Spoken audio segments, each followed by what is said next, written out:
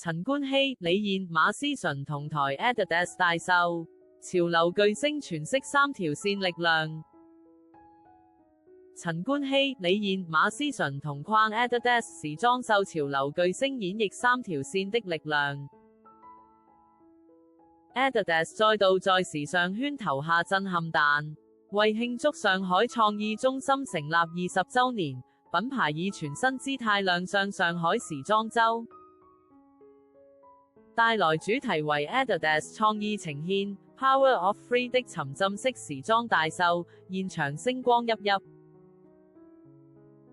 從潮流代表陳冠希到人氣男神李燕，新生代演員黃安宇與氣場滿滿的馬思純，全場仿佛化身一場東西文化交融的時尚盛宴。這場秀不只是 Adidas 展示創意的舞台，更像是一場潮流文化的集體狂歡。品牌以三條線的力量為核心概念，結合音樂、街舞與視覺藝術，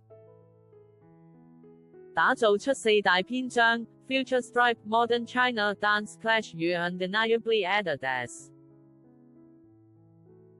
從未來科技到東方哲思，從街頭能量到饒舌文化，完整呈現 Adidas 如何跨越邊界打破框架。現場最吸睛的莫過於 Adidas 長期合作夥伴陳冠希，他一出場便引爆全場焦點，以一襲咖啡色燈芯絨套裝亮相，外套腰間以蕾絲與鞋帶巧妙綁結，硬派中帶有設計感，完美詮釋他標誌性的東西混血風格。陳冠希不僅是潮牌 Cloth 的創辦人，也是 Adidas 合作歷史最悠久的潮流 icon 之一。他在場內不時與創意總監交流，態度淡定卻氣場全開。另一位焦點人物李燕，則以利落灰色西裝外套搭配襯衫與牛仔褲登場，乾淨利落中透出一絲不羈。三條線元素隱約融入袖口與褲邊，將正式與休閒巧妙融合。他的現身引來現場粉絲尖叫連連，不少人直呼李燕的西裝 look 太絕了。而全場最令人驚豔的女星，非馬思純莫屬。她大膽以泳裝式貼身背心搭配黑色紗裙與過膝長襪登場，性感與叛逆並存。她的造型不走甜美路線，反而展現強烈的自我風格，完美呼應本次大秀打破邊界的主題。她在觀秀時不時與攝影師互動，笑容自信，氣場十足。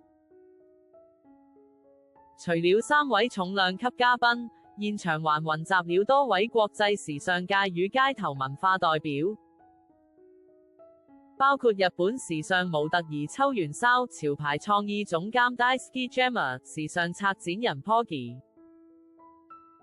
以及知名街舞表演者 DSORAKI 等人，共同見證這場運動與藝術交融的盛宴。Adidas 上海創意中心自2005年成立以來，一直是品牌在亞洲的創新核心。此次20週年改裝後首次公開亮相，特別展示由團隊設計的創意產品，展現品牌從運動性能到時尚表達的全面進化。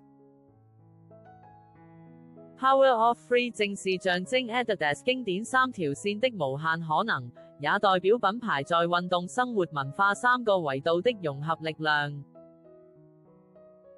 大秀最後壓軸登場的是饒舌歌手 Gali 攜手品牌推出的全新系列 Adidas Originals Puffy Shirt Collection by Gali。Gali 以音樂與街頭文化為靈感，將 oversize 羽絨元素與街舞節奏融合，掀起全場高潮，現場掌聲不斷。當燈光暗下，音樂結束，全場嘉賓起立鼓掌。這場大秀不僅是一場品牌回顧，更是一場未來宣言。Adidas 以三條線為軸心，連接了運動與時尚、文化與創意。也讓觀眾看到中國潮流設計正以自信姿態走向世界。正如現場陳冠希所說 ，Adidas 不只是品牌，而是一種文化。